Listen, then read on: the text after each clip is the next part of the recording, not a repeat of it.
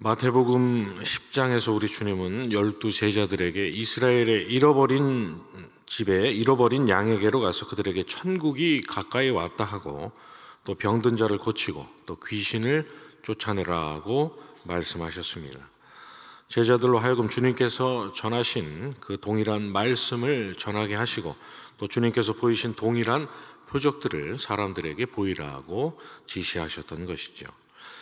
비슷한 내용이 기록되어 있는 누가복음 10장에서 우리 주님은 제자들이 가는 곳에서 합당한 자를 찾아내서 그곳에 머물고 또 그들의 집에 들어가서 평안하기를 빌고 그들이 대접하는 것을 먹고 거기 있는 병자들을 고치고 그들에게 하나님의 나라가 너희에게 가까이 왔다 하라고 말씀하시면서, 그런데 만약 너희를 영접하지 아니하는 자들이 있다면 그들은 마지막 날 소돔과 고모라보다 견디기 어려울 것이라고 말씀하셨습니다. 그리고 마태복음 10장에서는 누구든지 제자의 이름으로 이 작은 자 중 하나에게 냉수 한 그릇이라도 주는 자는 내가 진실로 너희에게 이르노니 그 사람이 결단코 상을 잃지 아니하리라고 말씀하셨습니다. 제자들에게 하다못해 냉수 한 그릇이라도 대접을 하면 그가 구원을 얻을 수 있다는 말씀인 것이죠. 어떻게 이런 일이 일어날 수 있습니까? 구원을 냉수 한 그릇으로 얻는다는 말씀입니까? 너희를 영접하는 자는 나를 영접하는 것이요 나를 영접하는 자는 나를 보내신 이를 영접하는 것이니라고 우리 주님께서 말씀하시고, 또 누가복음 10장에서는 너희 말을 듣는 자는 곧 내 말을 듣는 것이요 너희를 저버리는 자는 곧 나를 저버리는 것이요 나를 저버리는 자는 나 보내신 이를 저버리는 것이라고 말씀하신 것처럼 제자들을 보내신 분이 우리 주님이시므로 제자들을 영접하는 것은 곧 우리 주님을 영접하는 것과 같고, 제자들을 영접한다라는 것은 제자들이 전하고 보이는 바 주님께서 하나님께서 보내주신 구세주라는 진리를 그들이 믿고 영접한다는 것을 말해주기 때문입니다. 그런 제자들을 영접하지 않는다는 것은 주님을 구주로 영접하지 않는다는 것을 의미하는 것이니 그런 자들이 받을 것이란 영원한 멸망밖에는 없는 것입니다. 주님께서 말씀하신 냉수 한 그릇은 그냥 마른 목을 축이는 그런 물이 아니라 바로 구원받을 믿음이었던 것이죠. 오늘 본문에서 마지막 남은 가루와 기름으로 선지자 엘리야를 대접했던 사르밧 과부의 영접 역시 마찬가지입니다. 사실 도덕적인 관점에서 바라볼 때 엘리야는 정말 무례하고 황당하기 짝이 없는 요구를 한 것입니다. 자기와 아들이 마지막으로 먹고 죽으려 했던 것밖에 남지 않았다는 여인의 말을 듣고도 그걸로 나를 먹게 하고 그 후에 너희들이 먹으라고 말했으니 말입니다. 분명 그것밖에 없다고 말을 했는데 그걸 자기가 먹고 나면 대체 무엇으로 그들이 먹는다는 말입니까? 세상 어떤 엄마가 그런 말 같지도 않은 말을 듣고서 자식이 먹을 것을 다른 사람에게 대접한다는 말입니까? 그러나 사르밧 과부는 우리가 읽은 대로 아무 말 없이 마지막 남은 것으로 엘리야를 대접했습니다. 먹고 죽으나 안 먹고 죽으나 극심한 가뭄으로 어차피 죽을 거 에라 모르겠다 정신이 나가서 그랬던 것입니까? 아니면 믿져야 본전이라는 심정으로 두려워하지 말라고 했던 엘리야의 말에 그냥 홀리듯 그렇게 했던 것일까요? 그렇지 않습니다. 왜냐하면 우리가 읽은 본문 이상에 있는 구절에서 하나님은 엘리야에게 그곳 사르밧으로 가서 거기 머물라고 말씀하셨고 내가 그곳 과부에게 명령하여 내게 음식을 주게 하였느니라고 말씀하셨기 때문입니다. 앞서 살펴봤던 마태복음 10장과 또 누가복음 10장에서 제자들을 보내시고 가서 그리하라고 하셨던 것처럼 하나님은 엘리야를 사르밧에 보내셨고 사르밧 과부의 집에 머물라 하시면서 거기서 음식을 먹고 이후 과부에게 까마귀로 자기에게 떡과 고기를 먹이신 것과 동일한 표적을 보이기 원하셨던 것입니다. 그리고 엘리야를 보내시기 전에 이미 사르밧 과부에게 구원은 하나님께 있다라는 믿음, 곧 하나님께서 보내신 이의 말을 듣고 영접하면 죽지 않고 산다는 믿음을 주셨던 것이죠. 우리는 보통 이 사건을 보면서 하나님의 종들을 선대하고 대접하면 하나님께서 넘치도록 복을 주신다라는 그런 말씀 정도로 생각을 하곤 하지만 주님께서 말씀하신 냉수 한 그릇이 그랬듯이 사르밧 과부가 대접했던 그 떡은 그저 단순한 음식이 아니라 바로 구원받을 믿음이었던 것입니다. 하나님으로부터 의롭다 하심을 얻은 모든 구원받은 사람들이 그러했듯이 사르밧 과부 역시도 믿음으로 구원을 얻은 여인이었던 것입니다. 여리고의 기생 라합도 그렇습니다. 그녀는 자기를 비롯한 모든 여리고 사람들이 하나님의 백성 이스라엘의 칼 앞에 죽을 것을 알고 있었습니다. 그런데 그녀는 더불어서 오직 여호와 하나님께서 위로는 하늘에서도 아래로는 땅에서도 한 분밖에 계시지 않으시는 참 하나님이라는 사실과 또 그런 하나님께서 살려주기로 결정만 하신다면 살 수 있다라는 그러한 사실 또한 알고 있었습니다.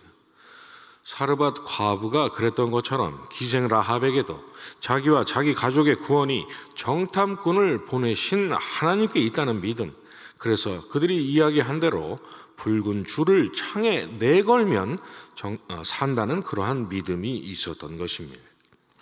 그래서 사르밧 과부가 그랬던 것처럼 자기와 가족들의 목숨을 걸고서 이스라엘 정탐꾼을 영접하고 숨겨 주었던 것이죠. 모압 여인 룻 역시 마찬가지입니다.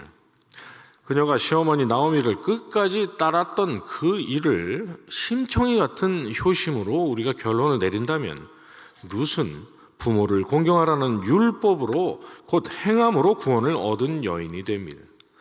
그런데 룻이 시어머니를 끝까지 따르겠다고 하면서 뭐라고 말했습니까? 어머니께서 가시는 곳에 나도 가고 어머니께서 머무시는 곳에 나도 머물겠나이다. 어머니의 백성이 나의 백성이 되고 어머니의 하나님이 나의 하나님이 되시리니 어머니께서 죽으시는 곳에 나도 죽어 거기 묻힐 것이라. 만일 내가 죽는 일 외에 어머니를 떠나면 여호와께서 내게 벌을 내리시고 더 내리시기를 원하나이다 라고 말했습니다. 룻은 도덕적인 관점에서 효심의 수준이 아니라 하나님의 백성이 되면 살고 하나님의 백성이 되지 못하면 죽는다는, 죽어도 하나님의 백성으로 죽으면 산다는 분명한 구원받을 믿음이 있었던 것입니다. 룻에게 있어서 나오미는 단순히 시어머니가 아니라 자기를 구원의 길로 안내할 하나님께서 보내셨던 엘리야와 이스라엘의 정탐꾼과 주님께서 보내셨던 제자들과 같았던 것입니다. 그래서 하나님께서 그의 통에 가루가 떨어지지 않게 하시고 또 병의 기름이 없어지지 않도록 역사하신 후에 과부의 아들을 죽이시고 이후에 다시 살리셨던 것입니다. 우리가 사르밧 과부의 이야기를 보면서 나도 저 과부처럼 하나님께서 내 곳간도 비지 않도록 넘치도록 채우시겠구나라는 생각을 하지 말아야 하는 이유가 바로 여기에 있습니다.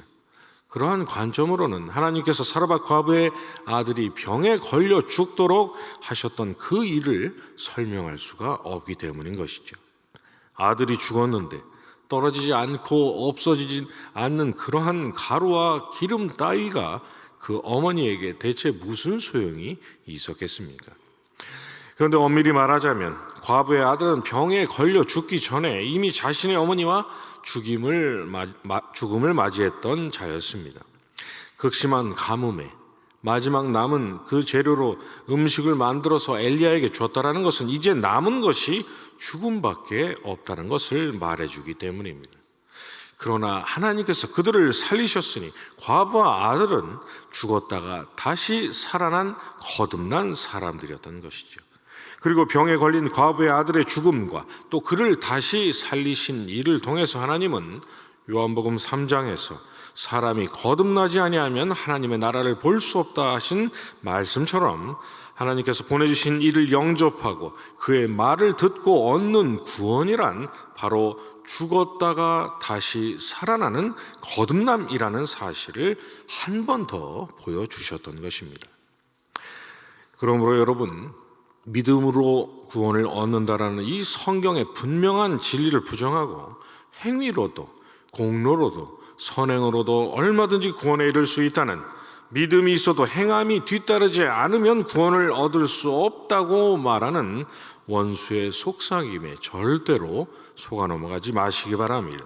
성경 어디를 봐도 행위로 의롭다 하심을 얻는다고 말씀하는 구절은 존재하지 않습니다.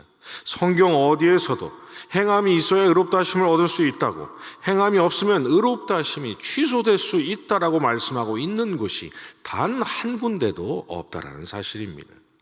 왜 그렇습니까? 창세전에 하나님께서 세우신 그 구원의 원리는 사람의 공로가 아니라 하나님께서 보내주신 독생자 예수 그리스도를 구주로 믿는 그 믿음을 하나님께 선물로 받아서 그리스도와 함께 죽고 그리스도와 함께 살아서 거듭난 새 영을 소유하게 되는, 그래서 마지막 날 다시 산 그 영이 썩지 않을 영화로운 몸을 입고 영생을 누리게 될 예수 그리스도의 은혜와 하나님 아버지의 무한 극진하신 사랑하심과 또 주님과 우리를 하나 되게 하신 성령의 역사로 말미암는 것이기 때문입니다. 믿음으로 구원을 얻는다라는 말은 삼위일체이신 하나님의 은혜로 구원을 얻는다는 말이요, 이것이 신구약 66권 전체의 메시지인 것이죠. 그러나 내가 나 된 것은 하나님의 은혜로 된 것이니 내게 주신 그의 은혜가 헛되지 아니하며 내가 모든 사도보다 더 많이 수고하였으나 내가 한 것이 아니요 오직 나와 함께 하신 하나님의 은혜라고 말씀하고 있는 고린도전서 15장의 말씀처럼 저와 여러분의 지난 날과 오늘과 내일 그리고 영화로운 몸을 입고 하나님과 영원토록 동거하는 그 날까지의 모든 것이 전부 하나님의 은혜라고 말입니다. 하나님께서 허락하신 오늘 하루도 이 놀라운 그리스도 안에서의 하나님의 은혜 깊이 묵상하시면서 어려움 가운데서도 소망과 기쁨을 잃지 않으시고 감사와 영광과 찬송을 온전히 하나님께 돌리시는 하루를 보내시는 저와 여러분이 되시기를 주님의 이름으로 축원합니다. 주님께서 주신 기도로 새벽 예배 마치고 계속 기도하도록 하겠습니다. 하늘에 계신 우리 아버지여, 이름이 거룩히 여김을 받으시오며 나라의 임하옵시며 뜻이 하늘에서 이룬 것 같이 땅에서도 이루어지이다. 오늘날 우리에게 일용할 양식을 주옵시고 우리가 우리에게 죄 지은 자를 사하여 준 것 같이 우리 죄를 사하여 주옵시고 우리를 시험에 들게 하지 마옵시고 다만 악에서 구하옵소서. 대개 나라와 권세와 영광이 아버지께 영원히 있사옵나이다. 아멘.